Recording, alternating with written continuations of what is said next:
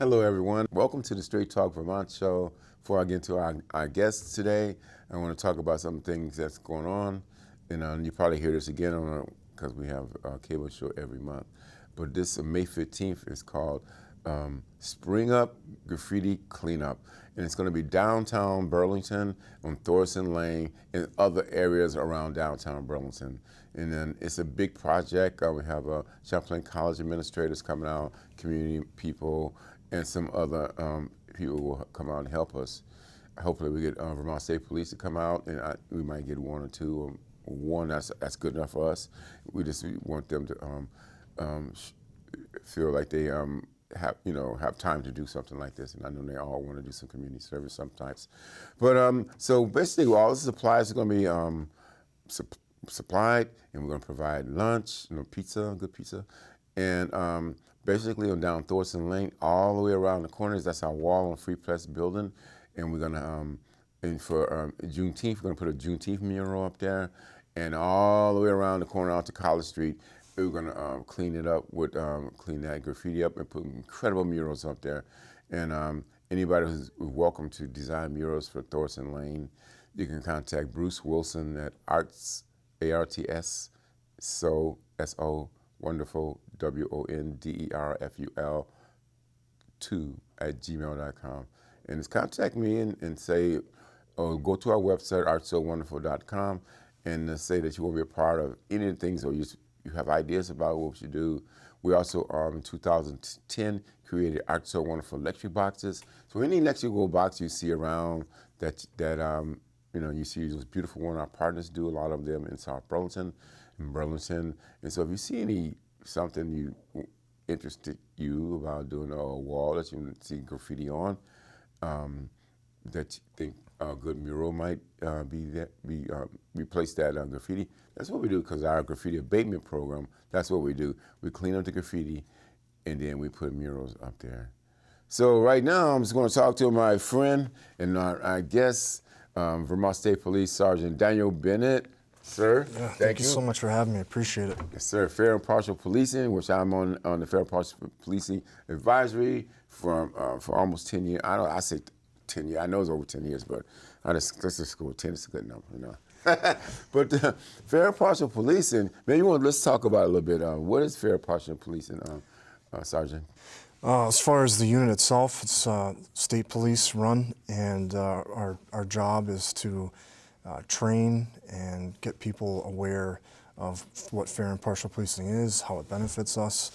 That training includes bias, understanding bias. We all have it. How do we deal with it? And seeing how we can, or seeing why we come to the conclusions we come to, what evidence we have to back up those ideas and beliefs we have, and get a better understanding of how we think. Mm-hmm. Yeah, and so, wow, I know Fair and Partial Policing has come a long way, and I'm part of the Fair and Partial Police and community. And so my whole goal, and we've been working together on this, is to get more people from the communities that Vermont State Police serve to be a part of, or give us ideas about what's good. You know what I'm saying? How can we work together? What your ideas and suggestions? How can we make things like a common denominator? How can we make things work, in the community that you live in? And how can we just get along? So how many troopers are there? I don't know what the current staff numbers are. But if you was I think it was last time like 200-something troopers that patrolled 300-something towns or something, or vice versa, or whatever. But that's a lot. A lot of towns, a lot of people, a lot of area. Yeah, that's a lot. Yeah, that's a lot of area. Yes, and so wow, man, that's a lot of area. And like some of them just is drive. It's a long road. To get to, like, for a little town, and that you guys serve.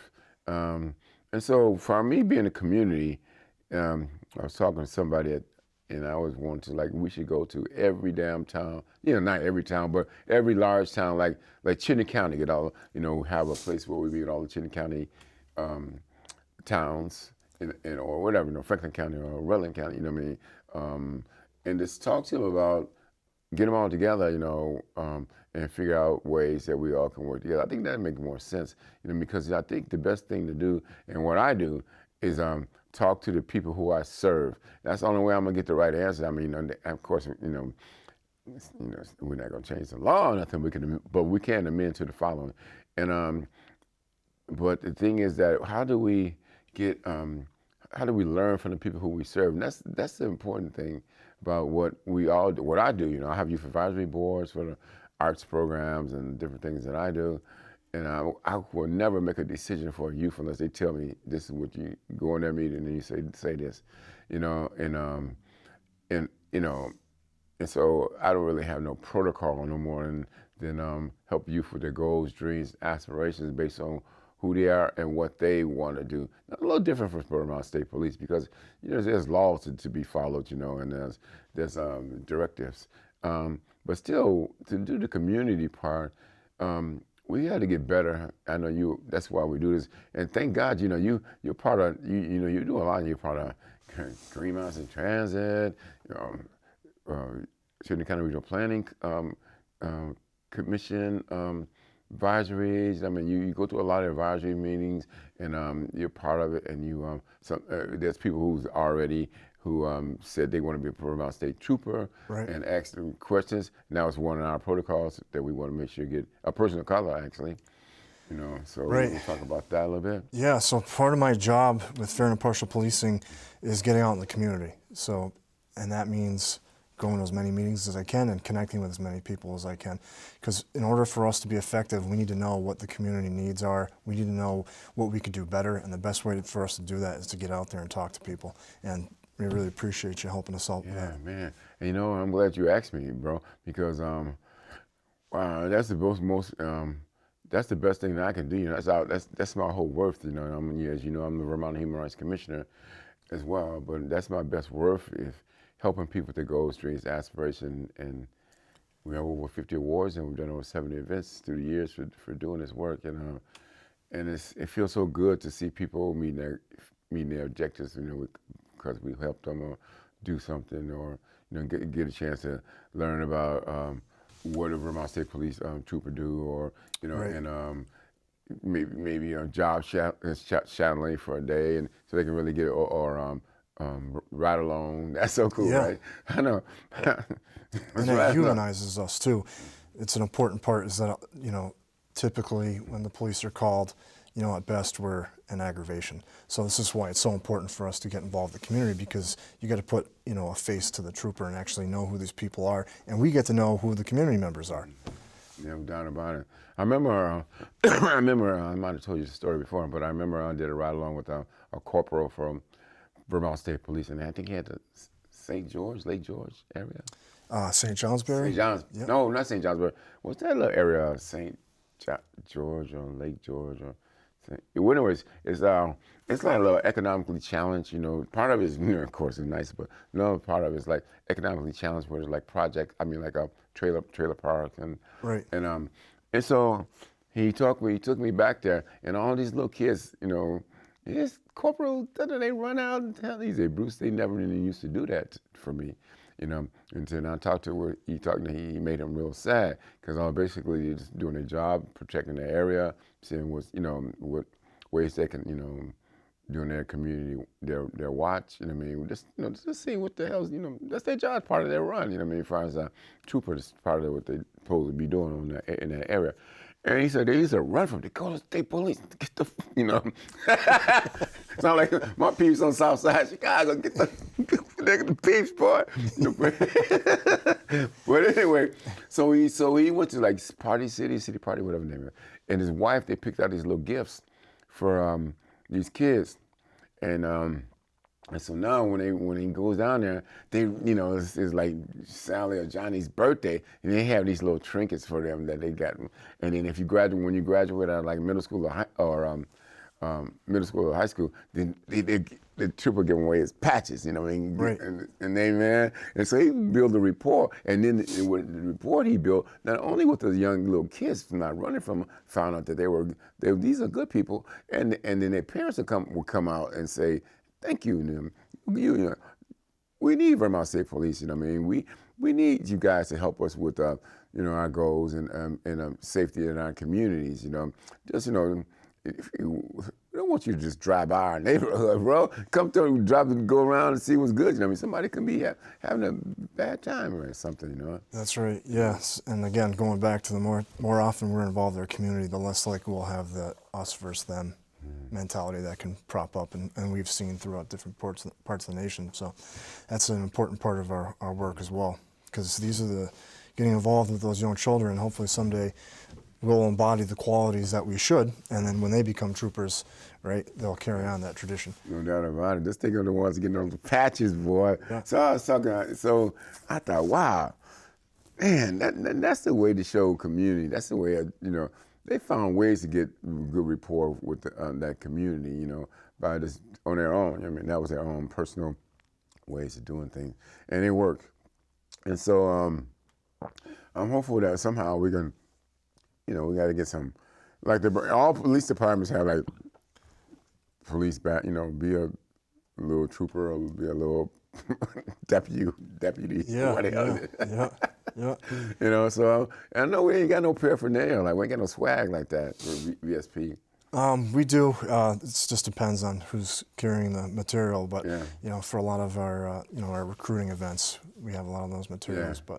Well, see, those materials need to be for, like you said, those young people. Like I guess you and I, we're gonna figure out ways, because we still got a whole around the state. We still got a long ways to go. We got a lot to see. Lot to see, people to see, places to go, and so we need some swag, baby. We need some. Be your little trooper or whatever, what I'm saying? Yeah, well, I'll definitely make sure we get some for sure. No doubt about it, man. That's so important, man. That's the first thing a police officer will slap on you, one of those little badges or whatever. Yeah, those the kids definitely love like that those, stuff. yeah. And they have all those little frisbees, and it's so nice. I mean, and then the parents to see the names on those frisbees and different things, and really get the information, like maybe let's say Burlington Police have frisbees with their website on it, and then parents can see these type of swag items with the website on it, or all kind of different ways to be able to contact police if they need to, not just 911. You know what I'm saying? There's family stuff or all kind of cool stuff, and so more bad stuff, whatever how you look at it, but and so that's how you get, you got it's not. And then, I know the budget is tight, and I was going to go to, they said, Bruce, you're going to go to the VSP said, you got to go to the legislature and get us more money, because we ain't got no damn money for this swag shit. I said, well, you know what? I said, that corporal, and his wife went to his parties, and they use their own money, and they shouldn't have to do that. Yeah, that's awesome. That's what it's about, though. Yeah. We want to make sure that we are a part of the community. No doubt about it. You guys are the leaders. I mean, you are leaders in front of law enforcement in Vermont. And I remember I did a ride along with I think Colchester Police, and is that St. Michael's College? They do coach. Yeah, I think so. So anyway, somebody broke in St. Michael's College, and when they broke in St. Michael's College, so we did a run through the Colchester Police, and then the police from St. Michael's Police, they had to wait on Colchester Police, and then Colchester Police had to wait on Vermont State Police. Right. And so you guys are, they couldn't do the damn thing. They couldn't even go in the building until all you guys showed up, which was good. But and they found out I was a student trying to get back in because the school was out, and they gave up the keys to their dorms, and they just broke in because they had no key. They wanted to get some stuff. But anyways. It was funny how to see that work, how that worked with troopers, state police. State police are troopers, the Colchester Police, and then the campus police worked together. And why was that? Why was that happen? Why do you guys got to be mostly on I guess this is more of a. No, that was low risk, I think. I don't know what would you call that. I don't know what you would call it. Somebody breaking in there. But why? But we could do make them budge until you guys showed up. Yeah. So one of the benefits of being a state trooper is we have more resources, we have more training, And so we like to take those skill sets that we have and help the local departments. So, depending on what the small department has for resources, oftentimes they'll need the state police for our investigatory tools. We have special teams for just about everything. So yeah, you guys you got some training and tools, and so, but pretty much like traffic on a high, whatever it is, you guys, are there. You know what I'm saying? And I always wondered, because I thought I'm smarter than the average bear, but I couldn't understand why state police had to be a part of in any like incident. Like, so so those incidents like a traffic accident, you guys usually on the highway anyways, but if it's on the in the community, you're still there though. yeah, if it's depending on the crash itself, if it's a severe crash and the local department doesn't have the resources, we'll send our crash reconstruction team to make sure the investigation is done thoroughly. Obviously, we have the highways, and we also do the towns that don't have patrol areas for local departments or sheriff's departments. I know, and that's the part that's tough for you guys to get into places in the small towns. Yeah. To get to where they don't have like the one-horse towns, Right. if there is a one-horse town, Right. that they don't have like a sheriff's office or anything. And so there's part of your patrol. And so sometimes it takes a little bit to get there, time to get there. Yeah, yes, it can. We have a lot of dirt roads in Vermont, a lot of area, and not many of us, so sometimes it can take a The bit. thing, you had to use that big old, what you call that thing that knocked down those houses? I forget the name of it. I saw it in the Williston Barracks, it's old Williston Barracks. Oh, the Bearcat. Yeah, yep. That thing probably get 1 mile a gallon. That can't be good. I don't know what it is, but Good thing you had to take that up the dirt road somewhere else. Yeah, That's yeah. a long transport. That thing is heavy. The steel was like that thick on it. It's Right. like, okay. It was like, all you gotta do is like, I don't know, you can push down a whole building with that thing. it's big, and it's obviously very beneficial for critical incidents, especially if there's weapons involved. It can be a real asset for us to protect ourselves and our community members. No doubt about it. So we talked a little bit about we can just go over a little bit because I'm sure that our viewers want to know a little bit about how you identify with work with, or I don't know. So immigration, it's a tough time right now. Our president Trump is he's doing what he said he was going to do. He's going to people who are not vetted, or who I don't know what the words are. Here illegally, Right. Have got to go. He ain't joking, boy.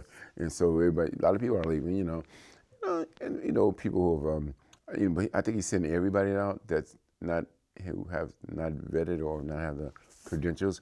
But but then his main point of view was people who have crimes or different things about them in life, who came in illegally, that they should go. And I agree with that. Then if, you want to go from that point, go there and then sneak over here and then do the same type of things to us. But I think he's going all the way from. He don't care. But I like a lot of things he do. So Vermont State Police. Immigration is so if somebody called you and said something about immigration, what would the Vermont State Police do? So we don't actively investigate undocumented migrants. Of course, unless there's a serious issue involved, like a physical assault or something. But no, we don't go out of our way to investigate or seek undocumented migrants. Mm-hmm. Cool. And then there's this a federal agency, ICE, and then what does actually ICE stand for? Do you know? Immigration Customs Enforcement. I mean, they seem like they got more power than anybody, man. I don't know. I'm not sure. I haven't like- hung out with anybody from ICE before. I'm ICE, you just Vermont State Police. Too far. But anyway, so ICE, what actually is their job? Do they have a job description? Well, I can't speak for their department. I do know that they're involved with immigration issues. but I can't speak for them. Sure. Sure. We have, I get it. Yeah, but I mean, do you know how many ICE agents there are about approximately? I'm not sure. I couldn't tell you within our state, and I'm not sure nationally either. Or if Vermont State Police can just get those some more troopers, like they got those guys like wow, hundreds and hundreds of those, probably thousands. Not sure. Yeah. So what about so what is a border control, border agents? Now, first of all, where is Vermont borders? So primarily the Border Patrol is responsible for the Vermont-Canadian border. So they do various functions there to include, making sure what's coming in and out, not just people, but also what may be brought in and out of state. Mm-hmm. And so where are those borders? You mean like the actual station? I mean, actual like, I guess it's going to Canada, pretty much is. That's the. You tell me if you got that information. Yeah, so they're on the border, they're on the interstate, and they also have patrol areas all across the border, checking to see who's coming in and out of the country. That's what I'm trying to say. Where are the borders? I mean, where's the damn fence at, bro? Oh, no. No, I'm just saying in Vermont, like these the border patrol. Where are they? Where would they be? If they're just sitting there, just kind of like, we hope these people don't. So it's pretty much going into Canada, or what? I just don't know where our borders are. Like where people can't sneak in or sneak out, or either way, right? Well, yeah, I mean, there's a lot of ways to come through along the northern border, by boat, by vehicle, hiking. Oh. So that's, the Border Patrol has to has to investigate all those incidents. Yeah. Yeah. So I see those border patrol, those federal border SUVs all the time. Not all the time, but a lot of times, Yeah. And you make you just think, border patrol, But then I don't see them as much as I have seen them through the years. I've seen them. I don't see them like they influx with border patrol, or I've never in Vermont. I've never seen an ICE agent. I don't believe I have either. I wonder, surely they have some type of location. I mean, I'm not actually tell whatever. I don't care if you do or you don't. I'm just curious because they're federal. It must be in our federal buildings, or I don't know. Yeah, I wouldn't know where they are. Sure. Yep. Sure. Yeah. So so how many what are you thinking about we should do next for impartial police? And what do you think we should do? How can we get more information to the rest of the troopers? I know when I go to Royalton, Vermont, that damn room is packed. Wow. Yeah. So it's multifaceted, and you're obviously a big help with this.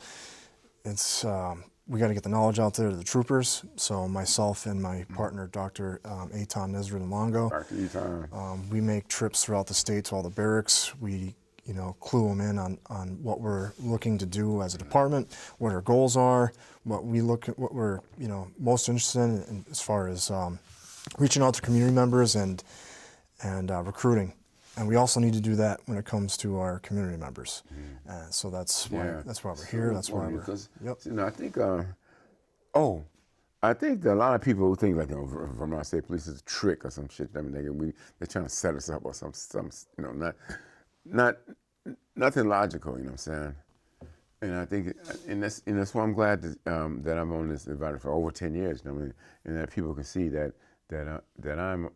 Bruce Wilson is on this advisory for over 10 years, and people who know me, they know I ain't the one. I mean, my credentials shows all the diversity and inclusion, and that I attend and I work with. And that's all I do is serve people.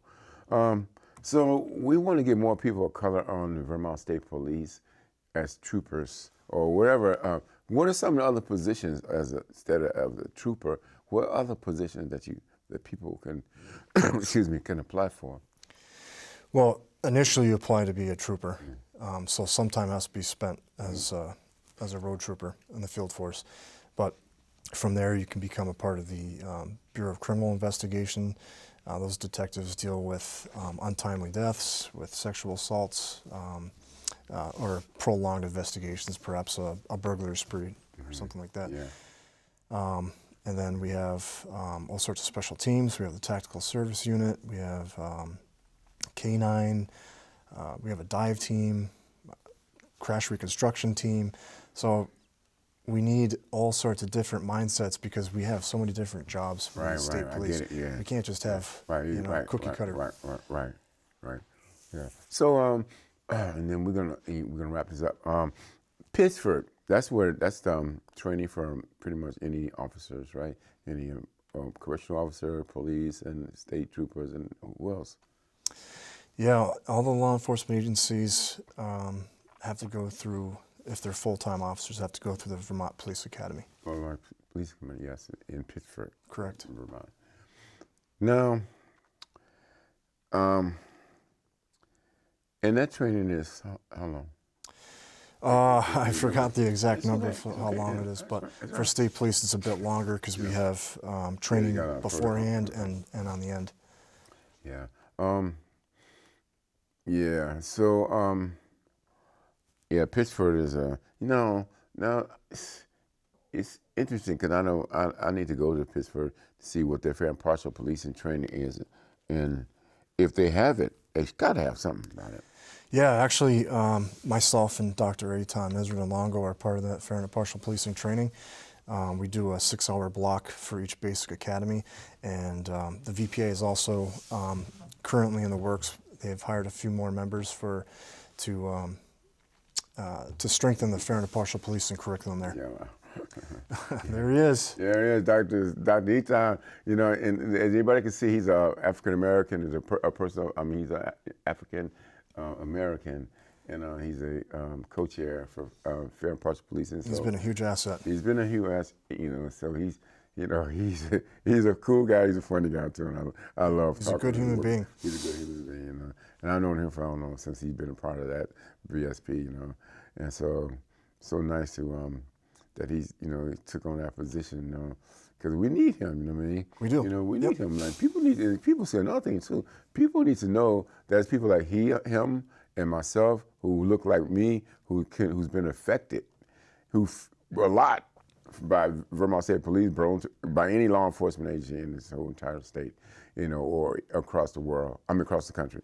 And our color, we're like them. There's one, I don't know what they think, what their logic is, but like that racial stopping that I was on the board for Uncommon Alliance, and we had all different, I think I told you about it, different chiefs, because they would stop people who look like me and what I didn't know, they like, we just stop them, we don't know, so we don't know what they look like, we just stop them and that, da-da-da. So we got the ethnicities on the back of the tickets. And so it makes a difference now that, when you stop a person who looks like me, you got to say that person is black or whatever. Right, you have to put down the perceived race. And we started that transparency before we were even asked. Like, the Vermont State Police are serious about this, and we've been trying to be ahead of the curve. Mm-hmm. Yeah. The thing about it is that I still got a problem with that a little bit because, everybody was clapping and jumping up and down on our advisory team working with all the chiefs around. But I wasn't really, because you still get to choose what our ethnicity is. And you can say I'm Chinese. You could. Not me. I knew that you don't even ask me what my race is. You just like, oh, he looks like a Chinese, and here I don't look like no damn Chinese. But but you can still do that. Hopefully, our hiring process is preventing us from selecting people who differentiate between that. Yeah. But it's also something that's not going to last if we had a member that was intentionally misperceiving people, because it's all audio and video recorded. Yeah, that's true. It's not going to go well. Yeah, and then plus my good friend Stephanie Seguino, she does all the reporting and she kind of break down the numbers of race relations for all the different law enforcement agencies, mostly Vermont State Police, but she does it for Vermont Police and all. And so she's got these numbers that she comes up with. She break them all down, and then she's like, Bruce, it ain't looking good. So sometimes she says, it's looking a lot better, you know what I mean? So I got to get the number from Stephanie Seguino and figure out what's good on traffic stops, because I don't know how you can even stop a person. How can you? It's against the law to stop a person. You mean based on their race? I mean, yeah. Yeah, absolutely. Yeah. So we have a policy that states that very clearly. We're not allowed to investigate or stop a vehicle for immutable characteristics, a person's religion, their gender. So, and every year we also review our crash data. We go over it, and we're doing our best to try to get better every year. Mm-hmm. That's good. I mean, you can only get better. You know what I'm saying? But if I was in from Illinois, if I was from there or here in New York or something, it's you see many white people and black people. They all kind of like, the numbers are pretty much population-wise probably not far from each other. Then you come to Vermont, which I came in '89, the whitest state in America. Right. And so, I don't know what I think we're the third. Somebody said we're the third whitest state. Yeah, we're around there. Yeah. Hey, it is what it is. It is what it is. But the thing is that, so you want to know, it's like if I'm dressed up, probably like maybe like this in some Beverly Hills, California, people probably want to know, and I'm black, and some of the richest people, probably white, and then want to know what the hell he doing over here. Let's figure it out. Let's find out. Right. Let's ask him. Right. What the hell are you doing here? Now knowing I own that house right there, you know what I mean, whatever. But so that's the same with Vermont. If you're in the whitest state in America, they want to know, kind of thinking, what the hell, where he from? Right. Why he? Hopefully it's out of curiosity, not out of. Well, hopefully it's not. But I think most, if I go through my trainings, a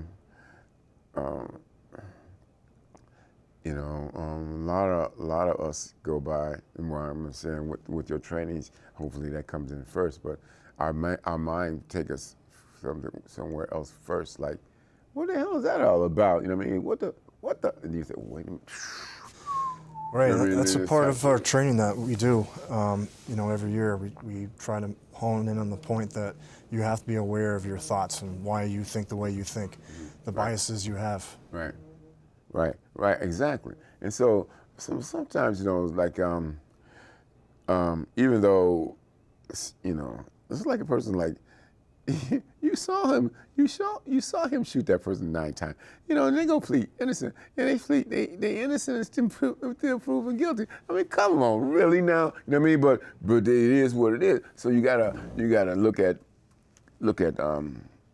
law as like especially if you don't see nobody do nothing. You know what I mean? And you're just speculating because they're coming across the bridge. They come from New York or any of those places, that they say wild drugs come from, you know what I mean? And they maybe have some out-of-state plates on them, you know what I mean? And that make seem suspicious.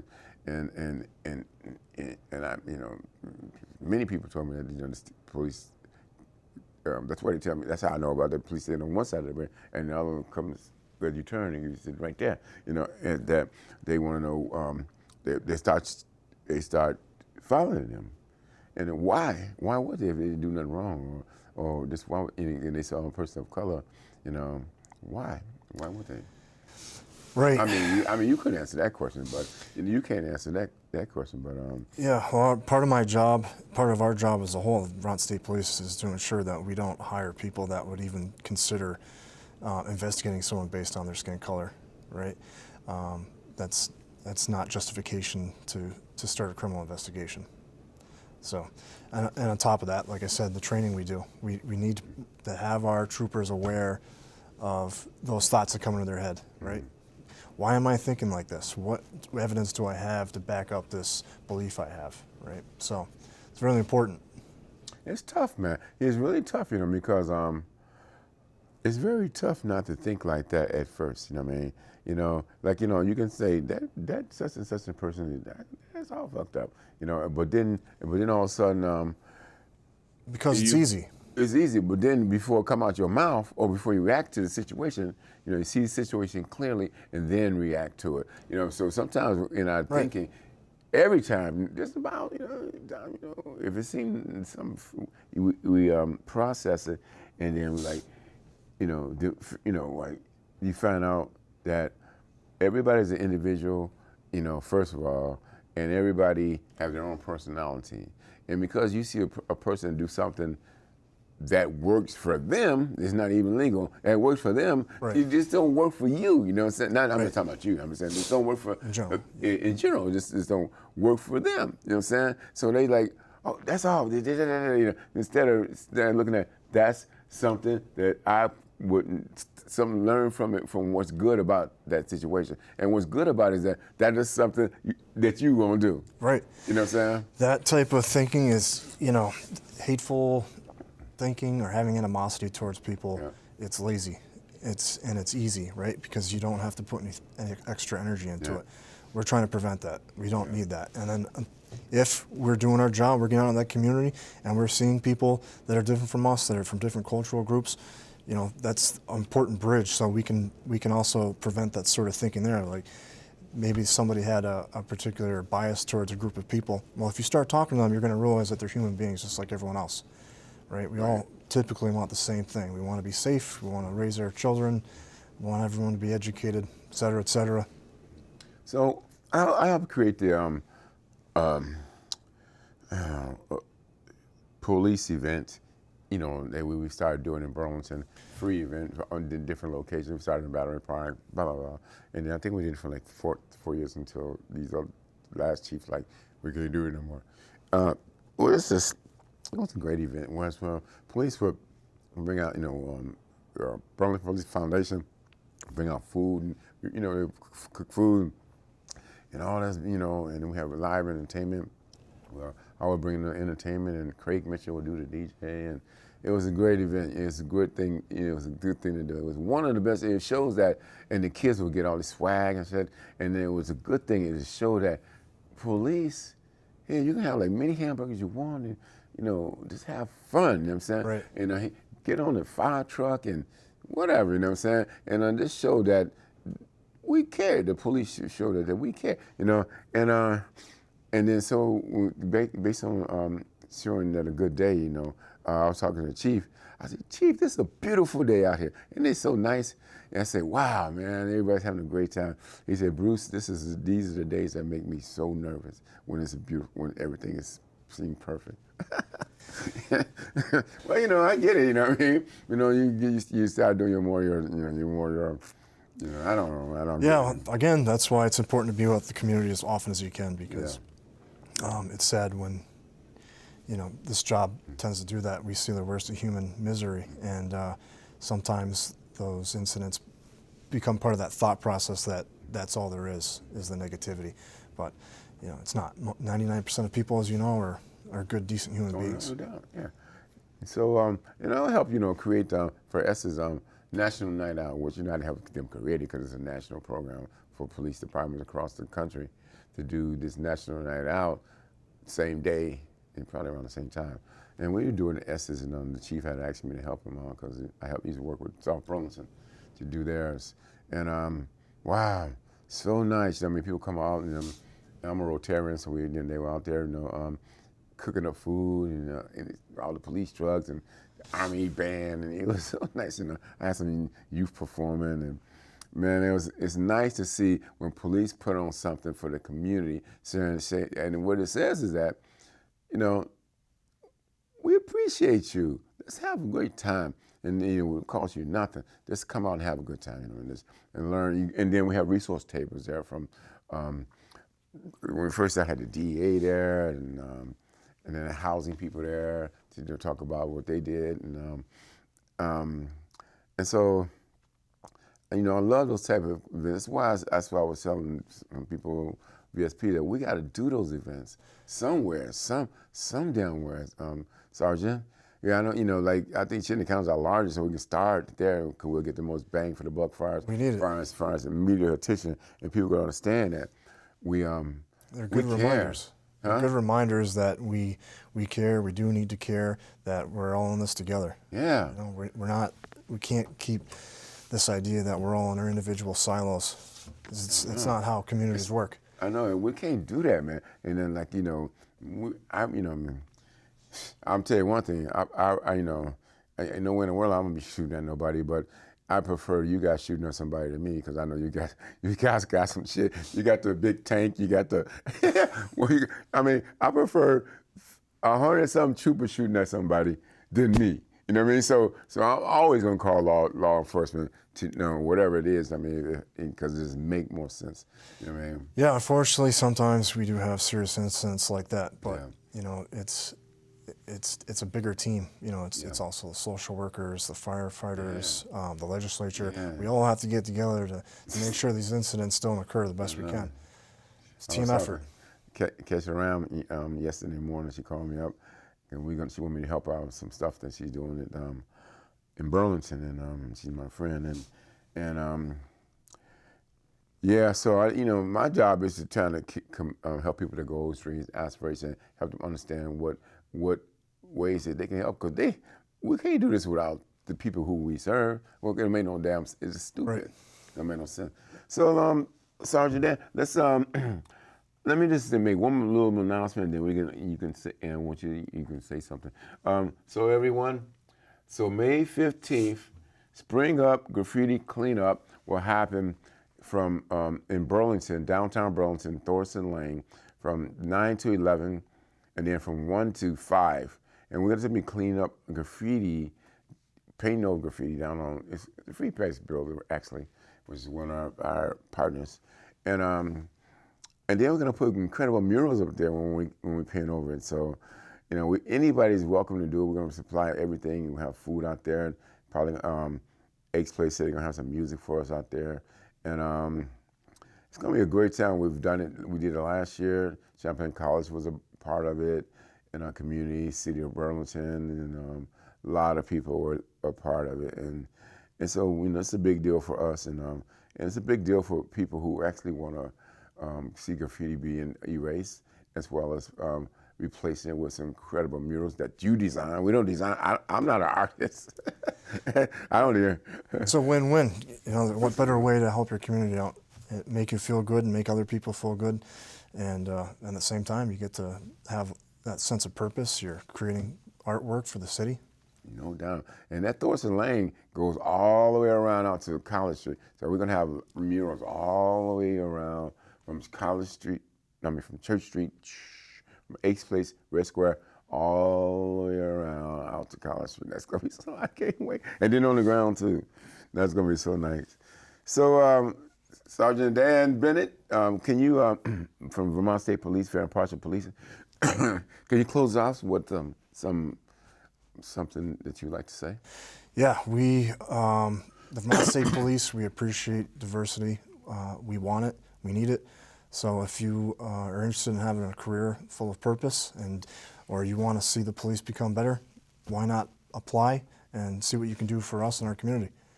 Nice. Thank you, sir. Thanks so much. Yeah, so thank you for tuning in to Straight Talk Vermont, and we'll see you again.